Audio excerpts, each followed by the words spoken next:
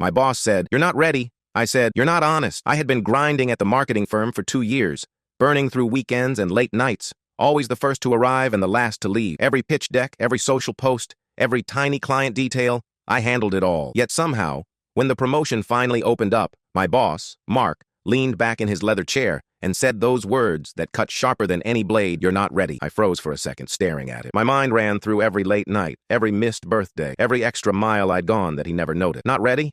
I said slowly, tasting each word. "Or not honest?" Mark smirked, like I was overreacting, and waved a hand dismissively. "Look, you're good, but leadership, it's not your thing yet. Maybe next year." Next year. That word hung in the air like a cruel joke. I smiled, too calm for anyone who knew me. "Right," I said. "Next year, sure." I left his office, closed the door, and pulled out my phone. I had already spent weeks documenting everything. Emails, project successes, even client praise he'd never acknowledged. I didn't have to confront him directly. I had my evidence, my strategy. I started quietly talking to my teammates over coffee breaks, sharing subtle hints about oversights that weren't mine. They nodded, a few sighing quietly, others smirking knowingly. They were ready to see the truth surface. I wasn't just building a case. I was building an army of witnesses. By Monday, the company received an anonymous email titled "Internal Audit.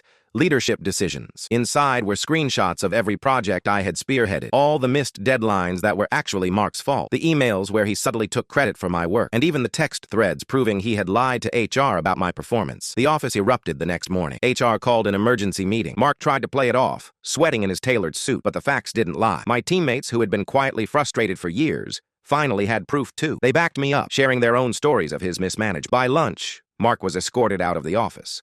Not fired quietly. He was escorted out, personally thanked for his service, and reminded that honesty was the first rule in leadership. I stood in the corner of the conference room, watching, feeling a strange mix of vindication and disbelief. My promotion was announced immediately after. CEO personally congratulated me, saying, "We've been waiting for someone honest, someone who actually leads, not just talks." After the dust settled, I stayed late at my desk, scrolling through the old emails Mark had tried to use against me. There were so many lies, half-truths, and subtle manipulations. I realized that the real skill in leadership wasn't just knowing marketing. It was knowing integrity, patience, and timing. I sent one last email, anonymous, summarizing the lessons for the office, making sure the message landed without needing my name attached. Later, one of my old colleagues texted me, "Saw Mark's LinkedIn. Guess he's not ready either." I laughed quietly, sliding my phone into my pocket. In that moment, I realized something important. Being ready isn't just about skill. It's about patience, timing, and never letting someone else's lies define your worth. Sometimes karma doesn't hit immediately, but when it does, it's precise, poetic, and unforgettable. Every late night,